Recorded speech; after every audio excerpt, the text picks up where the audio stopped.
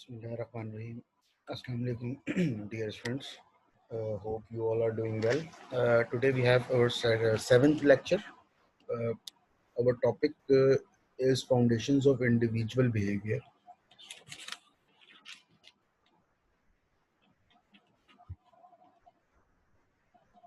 So, अगर हम बात करते हैं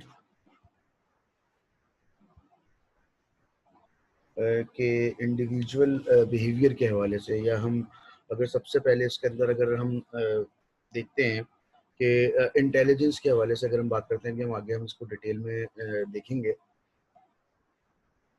कि intelligence is one characteristic that people bring with them when they join an organization, because every person have their own intelligence, और या हम ये कह सकते हैं कि उसकी अपनी एबिलिटीज होती हैं जिसकी बेस पे वो उस ऑर्गेनाइजेशन में हायर किया जा रहा होता है।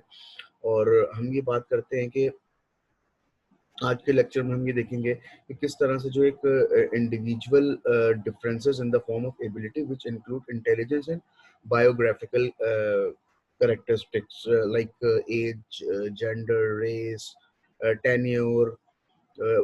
It also affects the employees' performances and satisfied them. Uh, then we show how people learn behavior and what management can do to shape those behaviors.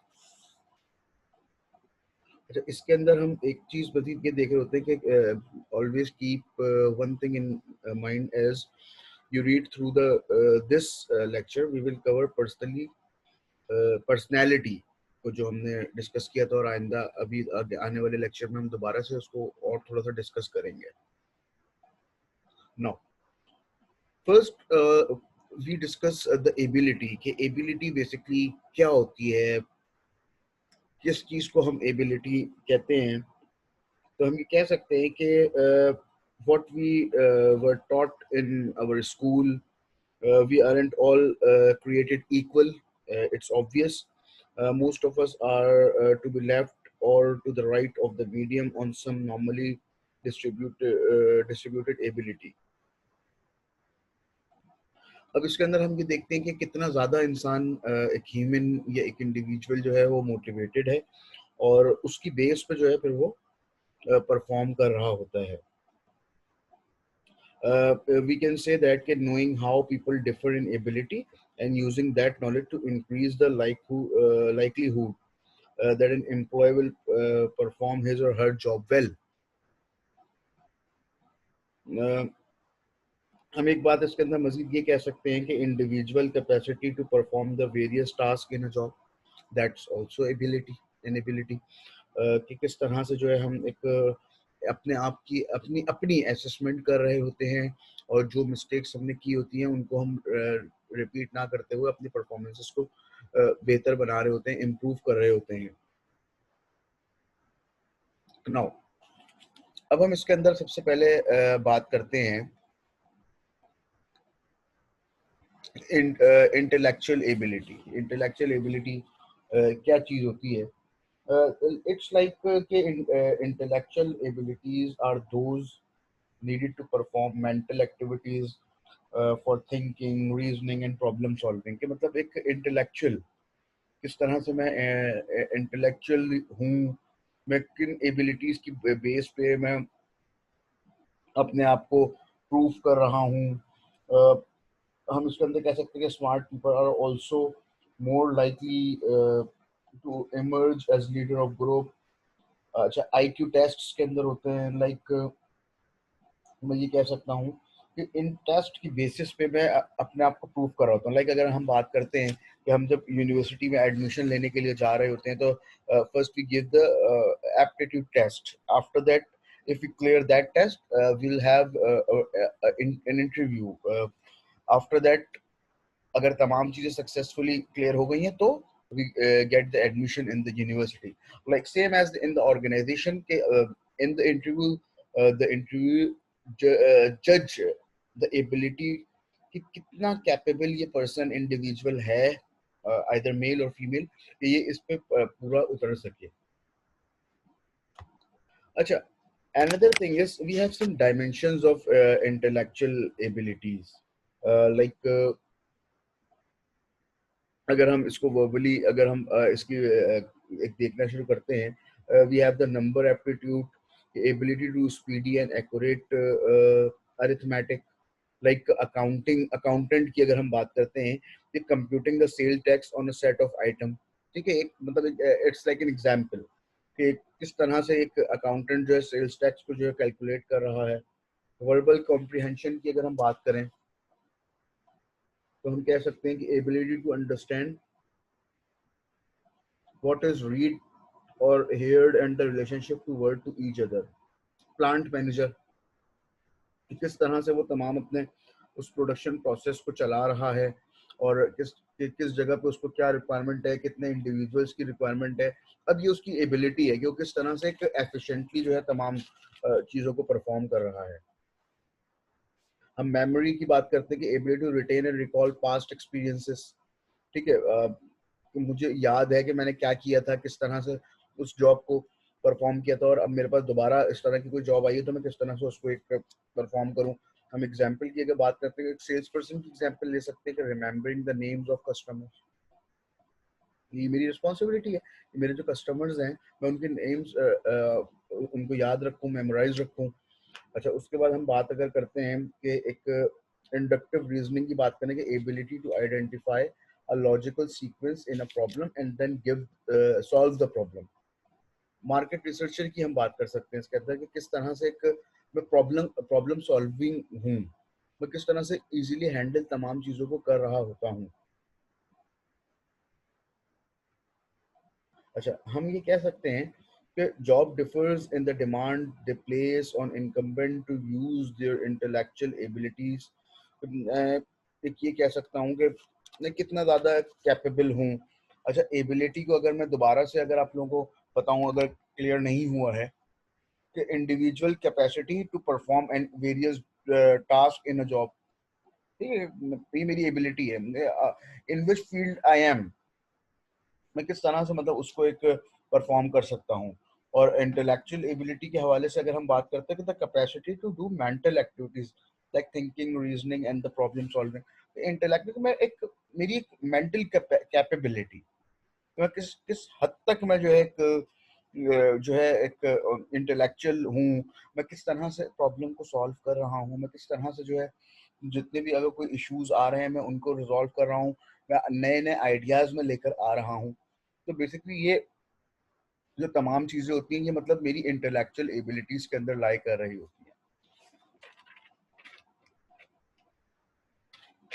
After that हम अगर बात करते हैं मल्टीपल इंटेलिजेंस की, अगर मैं मल्टीपल इंटेलिजेंस की अगर बात करूं, तो वी कैन से कि इंटेलिजेंस कंटेन फोर सब parts like cognitive, social, emotional and the culture. अच्छा, अब ये क्या चीज होती है, अगर हम अगर बात करते हैं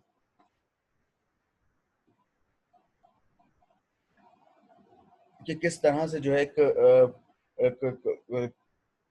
इंटेलिजेंस जो है एक यू कैन से कि encompasses the aptitude that have long been tapped by the traditional intelligence test।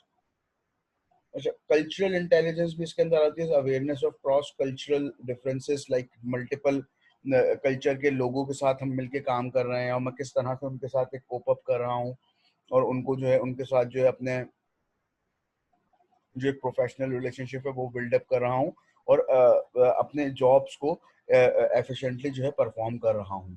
After that we have the physical ability, जिसको हम कहते हैं कि the capacity to do task demanding stamina, dexterity, strength and similar characteristics के एक मेरी एक physical health की हम बात कर रहे हैं इसके अंदर,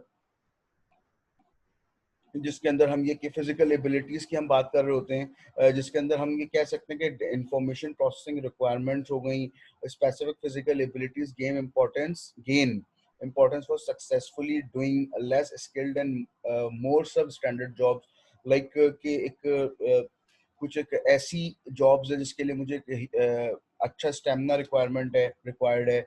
अच्छा, उसके बाद जो स्ट्रेंथ की हम इसके अंदर बात कर रहे होते हैं, टैलेंट एक मेरा इंडिविजुअल। अच्छा, इसके we have the 9 basic physical abilities. अगर हम बात करते हैं in which we have like the first is strength factors. Strength factors में हमारे पास सबसे पहले जो आता है, जरा गौर से सुनिएगा इसको, कि डायनेमिक स्ट्रेंथ होती है, like it's ability to extract muscular force repeatedly और कंटिन्यूसली ओवर टाइम। अच्छा, उसके बाद हमारे पास ट्रंक स्ट्रेंथ होती है कि ability to exert muscular strength using the trunk particularly abdominal muscles.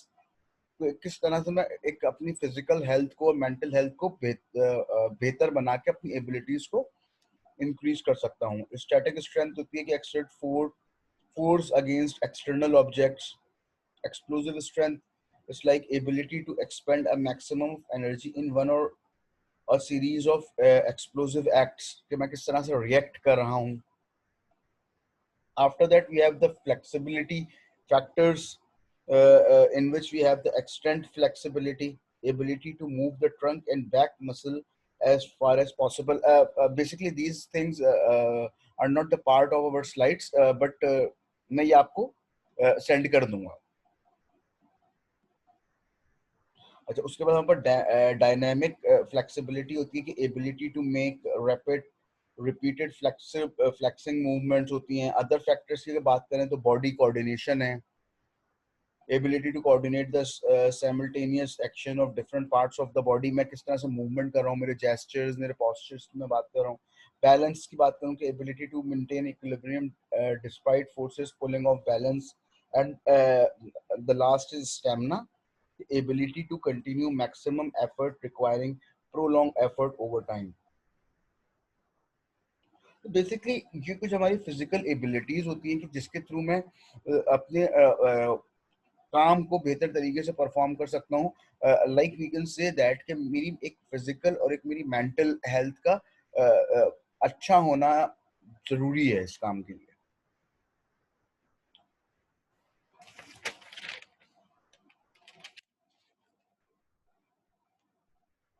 अच्छा,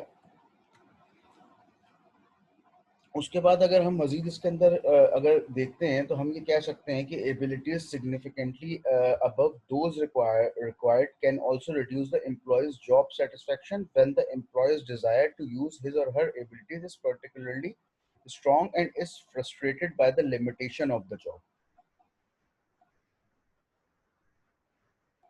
अच्छा, after that we have some biographical characteristics कि हम जिसके अंदर ये बात कर रहे होते हैं कि कुछ ऐसे करेक्टरिस्टिक्स के एम्प्लॉय की एज, उसका जेंडर, उसकी रेस और लेंथ ऑफ सर्विस, उस ऑर्गेनाइजेशन के साथ वो कितना लॉयल है। और वी कैन से कि there is a sizable amount of research that specifically analyze many of these biographical characteristics, जिसमें हमारे पास एज आती है, जेंडर आता है, रेस आती है, टेन्योर यानी लेंथ ऑफ सर्विस, कि मैं कितना ज्यादा लॉयल हूँ, मैं कितना अरसे तक इस ऑर्गेनाइजेशन के साथ कनेक्ट रहा या अभी मैं स्टिल इसके साथ मौजूद हूँ। हम ये कह सकते हैं कि बायोलॉजिकल करेक्टरिस्टिक्स के personal characteristics like age, gender, race, length और tenure, objectives and easily that are objective and easily obtain from personal records.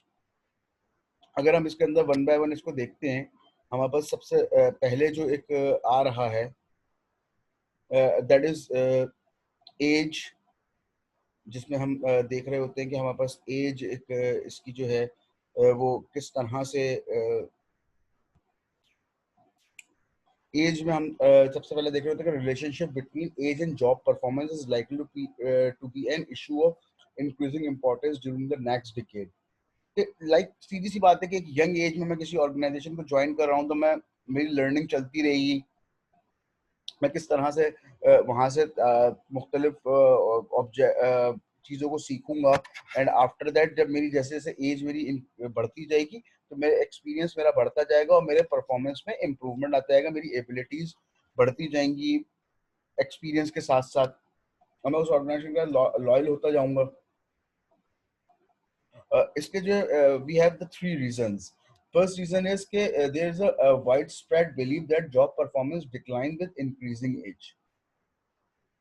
एक भी कहा जाता है कि लाइक जो मेरी जॉब की परफॉर्मेंस है वो मेरी एज के बढ़ने के साथ साथ कम होती जाती है, लाइक क्योंकि सीधी सी बात है कि मेरी उम्र बढ़ती जा रही है, मेरी फिजिकल जो एक एबिलिटीज हैं वो कम होती जा रही हैं, मेरी फिजिकल स्ट्रेंथ कम होती जा रही है, मेरी मेंटल स्ट्रेंथ कम होती जा रही है। मेरे पास नॉलेजेस तो मौजूद है, मेरे पास we have two types of knowledge, एक हमारे पास होती है एक्सप्लिसिट नॉलेज और एक होती है हमारे पास टैसिट नॉलेज। तो बेसिकली ये क्या कहलाती है, होती है मेरे पास कि एक्सप्लिसिट नॉलेज की जो कि एक रिटन फॉर्म में मौजूद है, लाइक द एसओपीस की मैं बात कर लूँ या मैं रूल्स एंड रेगुलेशंस की बात कर लूँ, लॉस की बात कर लूँ, these are the explicit. Tacit knowledge is like के the experience of an individual, yeah, which are not written everywhere anywhere, and these are the things which are in the mind of an employee, like कि किसी specific मैं किसी vendor से deal करता हूँ कि उससे किस तरह से डील करनी है, किस तरह से, तो ये तमाम चीजें मैं उसके साथ डील कर रहा हूँ और मैं किस तरह से उसके साथ एक तमाम मामलात को लेकर चल रहा हूँ। तो ये बेसिकली है, बट एक मेरी परफॉर्मेंस जो है जिसे कह सकते हैं कि किसी तरह हद तक रिड्यूस होती जाती है, regardless of whether it is true और not, a lot of people believe it and action on it. The second reason is reality that the workforce is aging, and the third reason is the US legislation that for all intents and purposes outlaws mandatory requirement। अच्छा, हम ये कह सकते हैं कि बहुत सारे लोग ऐसे भी होते हैं कि जो मतलब एक नॉर्मल अगर क्राइटेरिया देखें कि we have the 60 years, every person get retired at the age of 60, but कुछ लोग ऐसे भी होते हैं कि जो इतने ज्यादा मतलब एक मेंटली स्ट्रांग होते हैं कि उनको आफ्टर 60 भी ऑफर किया जा रहा होता है कि आप अभी भी हमारी ऑर्गेनाइजेशन में रुके, you okay you work with us on contract, they are not the permanent employ of that organisation. अच्छा, इसमें हम ये कह सकते हैं कि उनका एक्सपीरियंस, उनकी जजमेंट, स्ट्रॉन्ग वर्क एथिक, उनका कमिटमेंट जो है, कमिटमेंट टू क्वालिटी, ये बड़ा मैटर कर रहा होता है। But older employees are also perceived as lacking flexibility and as being resistance to new technology. Very important point कि मैं किस तरह से जो है एक, जिसे कह सकता हूँ कि मैं टेक्नोलॉजी, शायद मेरी एज बढ़ती जा रही है तो मैं टेक्नोलॉजी के साथ इतना इजीली कोप अप नहीं कर पाऊंगा। लाइक कि आज से जब हमारे यहाँ एक कंप्यूटर की टेक्नोलॉजी आई या डिफरेंट सॉफ्टवेयर वगैरह आए, तकरीबन 15 साल पीछे अगर हम चले जाएं या 20 साल पीछे चले जाएं, तो मतलब मैनुअली एक तमाम काम चलते थे। लाइक मैं बैंकिंग सेक्टर की अगर बात करता हूँ, मैनुअली खाते, उसके खाते रजिस्टर वगैरह ये सब चलते थे। तो अब जब ये टेक्नोलॉजी आई तो बहुत सारे लोग उसको अडॉप्ट नहीं कर सके।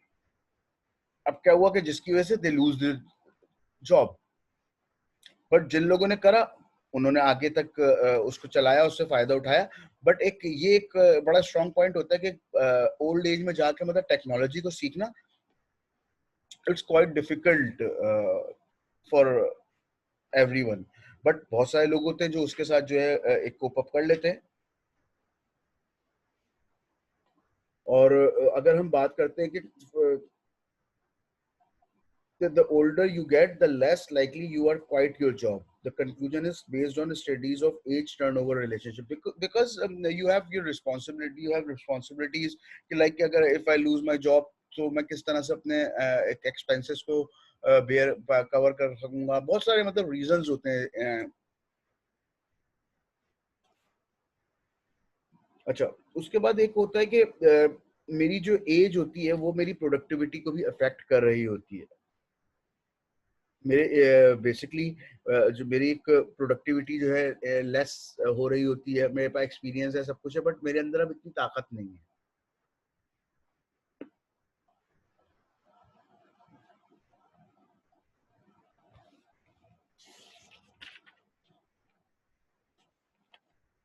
अच्छा, उसके बाद जब हम बात करते हैं जेंडर की, जब हम बात करते हैं तो हम ये देखते हैं कि few issues initiate more debate, misconceptions and unsupported opinions that whether women perform as well on job as men do. It's not necessary, rather it's man or woman, they both perform well, ठीक है, अपनी capability के मुताबिक वो perform कर रहे होते हैं। लाइक अगर हम प्रोडक्शन साइड की बात करते हैं तो प्रोडक्शन में लाजमी सी बात है कि मैन जो है एक अपनी फिजिकल स्ट्रेंथ की वजह से ज्यादा बेहतर परफॉर्म कर सकेंगे एज कम्पेयर टू फीमेल।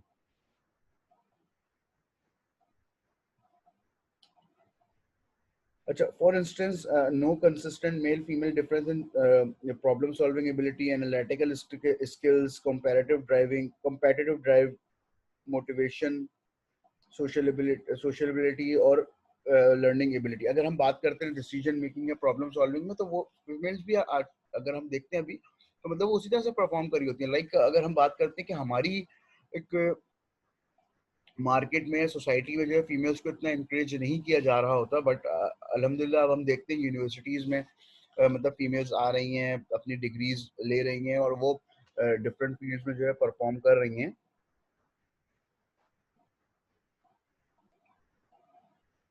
अच्छा, एक हम ये कह सकते हैं कि man are more aggressive than females. तो ये होता है कि वो अटैकिंग साइड पे ज्यादा जा रहे होते हैं, डिफेंसिव साइड पे इतना नहीं आ रहा होता। फीमेल जो है वो सेफ साइड की तरफ ज्यादा एक देख रही होती हैं।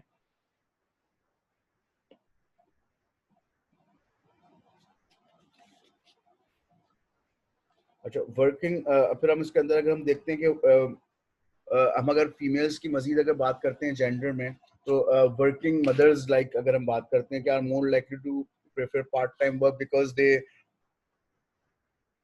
also have so many responsibilities at their home. So उनकी कोशिश होती है कि पार्ट टाइम एक उनको कोई अपॉर्चुनिटी मिले, तो जिसकी वजह से मतलब एक ये होता है कि वो अपनी एबिलिटीज को इतना ज्यादा बेहतर तरीके से शो नहीं करवा पाते जितनी जो उनके अंदर एबिलिटीज मौजूद होती हैं।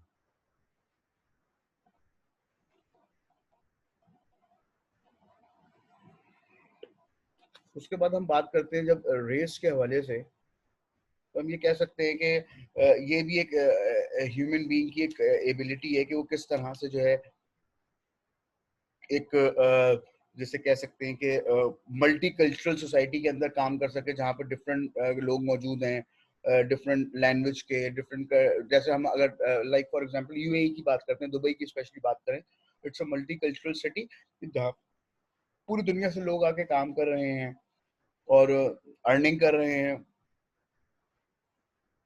या हम बड़ी ऑर्गेनाइजेशंस की अगर बात करते हैं कि वहाँ पे भी मतलब एक मल्टी कल्चरल एक सिस्टम मौजूद होता है जहाँ पे, तो हम ये कह सकते हैं कि किस तरह से जो है मतलब एक वी कैन से कि reach consensus about what race is, and that's not so easily done. Some scholars argue that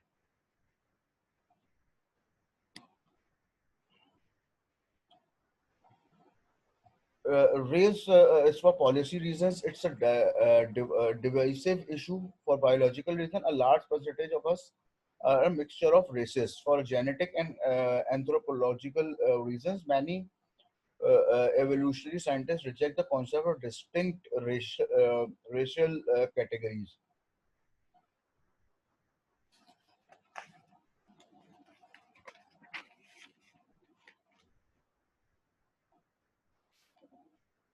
मतलब इसमें हम एक बात और ये कर सकते हैं कि it's relate to employment outcomes such as personal selection decision, performance evaluation, pay and workplace discrimination। मतलब एक डिस्क्रिमिनेशन को एक खत्म करने के लिए मतलब हमको भी मतलब देखना होता है, क्योंकि एक ऑर्गेनाइजेशन के अंदर जब डिफरेंट कल्चर के लोग काम कर रहे हैं, तो अब वो एक वहाँ पे डिस्क्रिमिनेशन की इन्वायरमेंट भी पैदा हो सकती है। तो दैट्स वाई एक वहाँ पे इस तमाम चीज़ों को भी कंट्रोल करना पड़ता है।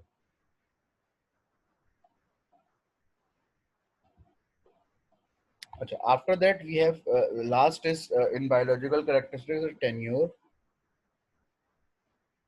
Tenure is like the length of service, कि मैं कितना ज्यादा मुझे टाइम हो गया है इस ऑर्गेनाइजेशन के साथ अटैच हुए, जितनी मेरी एक टाइम ज्यादा हो गया होगा मैं उस ऑर्गेनाइजेशन के साथ उतना ही ज्यादा लॉयल रहूंगा।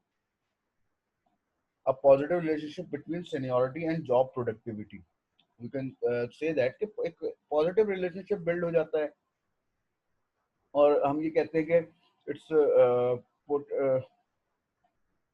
where you explaining turnover, longer employee in a job, less likely he or she is to quit, क्योंकि जाहिर सी बात है एक जगह पर टाइम गुजार दिया है, तो कोशिश ये होती है कि अब ज्यादा से ज्यादा टाइम काम कर सकें। और हम ये कह सकते हैं कि tenure and job satisfaction are positively related. ठीक है, ये मतलब एक वैलिड पॉइंट हमारे पास इसमें आ रहा होता है।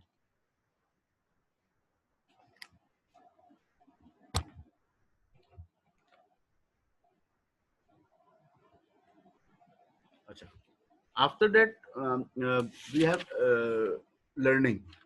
लर्निंग बेसिकली एक जिसे हम कह सकते हैं कि क्या हो सकता है कि complex behaviour is learn. If you want to explain and predict behaviour we need to understand how people learn. किस तरह से लोग सीख रहे हैं, डिफरेंट एक्सपीरियंसेस कर रहे हैं।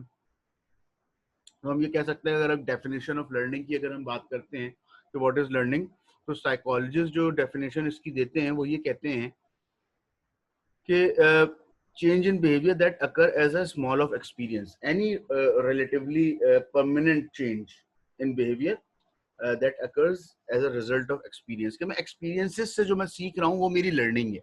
ठीक है, हम theoretically बहुत कुछ पढ़ते हैं, बहुत कुछ सीखते हैं, बट जो चीजें हमको experiences से आती है, जो practical experience से हमको learning हमारी हो रही होती है, वो हमारी theoretically वे में नहीं हो रही होती। अच्छा, उसमें फिर हम एक और बात ये करते हैं कि लर्निंग इन्वॉल्व चेंज। ठीक है, हम डिफरेंट नई चीजें सीख रहे होते हैं, चेंज मतलब उसके अंदर एक इन्वॉल्व होता है। अगर चेंज जो है वो अच्छा भी हो सकता है, it's either good or bad organisational point of view के हिसाब से। और हम ये कह सकते हैं कि people can learn unfavourable behaviour to hold और to shirk their responsibilities. Like कि हम ये कह सकते हैं कि change must become ingrained. Immediate change में अगर ओनली रिफ्लेक्सिव और as a result of fatigue और सडन बर्स्ट ऑफ एनर्जी। एक ऐसी कोई सिचुएशन मेरे पास आ गई कि मतलब जिसमें मेरे को एक्सपीरियंस नहीं है, मेरे को गाइड करने वाला नहीं है, I am just wasting my energy and eight the and उसका रिजल्ट मेरे पास कुछ भी नहीं आ रहा।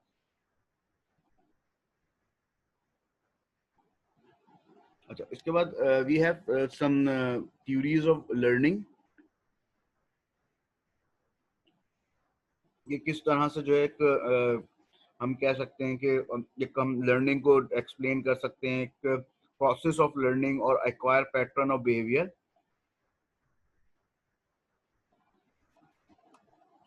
We have the three like theories: the classical conditioning, operant conditioning, and the social learning।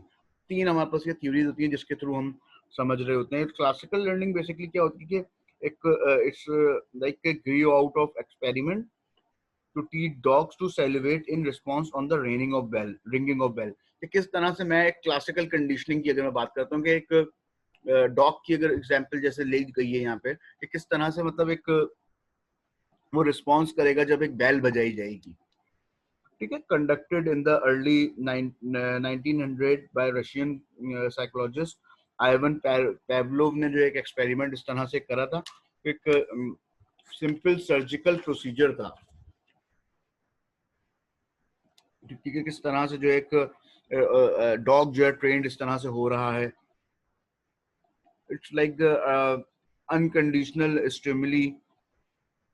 हम इसमें कह सकते हैं कि essentially learning a conditioned response involve building up an association between conditional stimulus and unconditioned stimuli.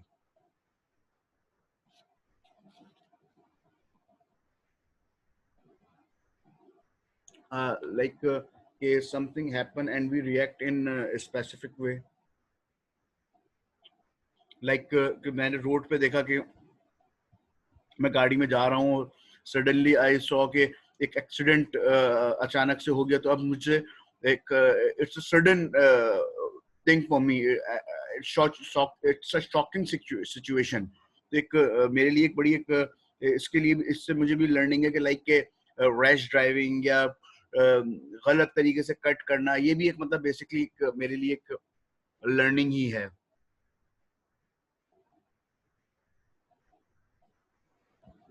अच्छा, इसमें हम example की अगर बात करते हैं कि employ choose to arrive at work on time, ask their boss for help with problem when no one is watching। The learning of those behavior is better understood by looking as operant conditioning. अब operant conditioning basically क्या होती है कि like के behavior is a function of its consequences. People learn to behave to get something they want or avoid something they don't want.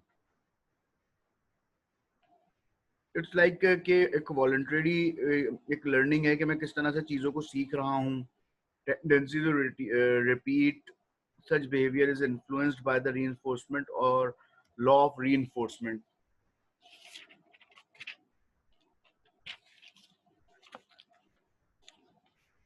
हम ये कह सकते हैं इसके अंदर के reinforcement strength a behavior and increases likelihood that it will be repeated. और हम ये कह सकते हैं इसके अंदर के which argues that behavior follows stimuli in a relatively unthinking manner. ठीक है, इसके अंदर अगर कोई भी चीज आपको क्लियर ना हो रही हो तो काइंडली प्लीज आप लोग जो है बिल्कुल फ्रीली मुझसे पूछ सकते हैं. अच्छा, जो हमारे पास थर्ड जो थ्योरी आती है that will be the social learning. ठीक है, social learning basically social learning हमारे पास क्या होती है कि observing what happen to other people and just by being told about something, कि कोई मुझे कुछ बता रहा है या मैं उसको देख रहा हूँ, इस तरह से मतलब मैं लर्निंग मेरी हो रही है. Like much of what we had learned come from watching models, parents, teacher, motion pictures and television performers के एक लाइक हम कहते हैं ना कि सबसे पहले जो हमारे उस्ताद होते हैं या टीचर्स होते हैं वो हमारे पेरेंट्स होते हैं कि हम उनको देख के सीख रहे होते हैं. या एक बच्चे की एग्जांपल दी जाती है कि जो बड़े कर रहे होंगे बच्चा उनसे वही सीख रहा होगा. तो it's an example of a social learning. At same apply in the organization that the juniors learn everything from their seniors. What their boss do on any specific stage or situation, how he reacts. तो उसका जो junior होगा वो उसी चीज को उस तरह से ही कैच करेगा एंड ये उसके लिए एक एक्सपीरियंस हो जाएगा, उसके लिए एक लर्निंग हो जाएगी कि when he or she faces that type of problem or issue or condition, तो वो उस तरह से फिर उसमें रिएक्ट करे. इट्स लाइक सोशल लर्निंग मेरे पास ये होती है. अच्छा, हमारे पास कुछ इसके पॉइंट्स एक सोशल लर्निंग के हमारे पास आ रहे होते हैं in which we have the first is the attentional process. Attentional process क्या होता है कि people learn from a model only when they recognize and pay attention to its crucial features. Like के एक हम ये इसमें कह सकते हैं कि उसको देख के अट्रैक्ट होना, रिपीटेडली अवेलेबल कि वो बार बार रिपीट हो रही है ट्रांसमिशन या वो जो एक्शंस है वो रिपीट हो रहे हैं, or similar in our estimation. After that we have the retention process. Retention process क्या होता है कि model influence will depend on how well the individual remember the model action after the model is no longer readily available. जब वो available नहीं है तो एक किस तरह से एक repeated action जो हुआ था जिसकी वजह से वो एक retention, एक उसको remembrance है एक individual की. After that we have the motor reproduction process. Motor reproduction process basically क्या होता है कि after a person see a new behavior by observing the model, the watching must be converted to doing. जो मैंने देखा है अब मैं उसको practically implement कर रहा हूँ. Like what you learned in the university, you implement that thing when you go to any organization. आप वहाँ पे जाके उस पे जो एक react कर रहे होंगे, ये basically एक जैसे कह सकते हैं कि it's like the motor reproduction, कि मैं उसको एक practical एक theory से मैं उसको practical way में लेके जा रहा हूँ. This process can demonstrate that the individual can perform the modeled activities. After that, we have the reinforcement process. कि individual will be motivated to exhibit the modeled behavior if positive incentives or rewards are provided. कि मुझे जब कुछ एक किसी चीज का लालच होगा कि मुझे कोई इंसेंटिव मिलेगा, कोई एक्सट्रिंसिक मोटिवेशन या इंट्रिंसिक मोटिवेशन, तो मैं मजीद बेहतर तरीके से लर्न करूंगा. लाइक हम अगर बात करते हैं जिस इंटर्नशिप्स की अगर बात करते हैं कि स्टूडेंट्स जो इंटर्नशिप जाके कर रहे होते हैं तो उनकी एक जैसे कह सकते हैं कि एक मोटिवेशन ये भी होती है कि जी at the end of month they get the stipend. ठीक है, उनको एक जैसे कहते हैं स्टिपेंड लाइक के एक जिसको हम कहेंगे मुआवजा उनको दिया जा रहा है कि लाइक जो उनका ट्रांसपोर्टेशन एक्सपेंस या उनका जो भी है एक्सपेंसेस उनके कवर हो जाए. तो एक क्या हो रहा है कि वो सीख भी रहे हैं और उनको उसकी एक बेनिफिट भी उनको इस हवाले से दिया जा रहा है. तो It's like the reinforcement process. Behavior that are positively reinforced will be given more attention, learn better, and permanent uh, formed more often. तो हम ये कह सकते हैं कि ये तमाम हमारी जो है मतलब एक सोशल लर्निंग की जिसे हम बात करते हैं कि हमारे पास सोशल लर्निंग के अंदर ये हमारे पास आ रही होती हैं। अच्छा, सोशल लर्निंग थ्योरी को अगर हम थोड़ा सा और अगर मजीद एक्सपेंड करते हैं तो हम ये कह सकते हैं कि the view that people can learn through observing और द डायरेक्ट एक्सपीरियंस, कि किस तरह से मैं एक एक्सपीरियंस खुद से कर रहा हूँ, जब मैं किसी को ऑब्जर्व कर रहा हूँ।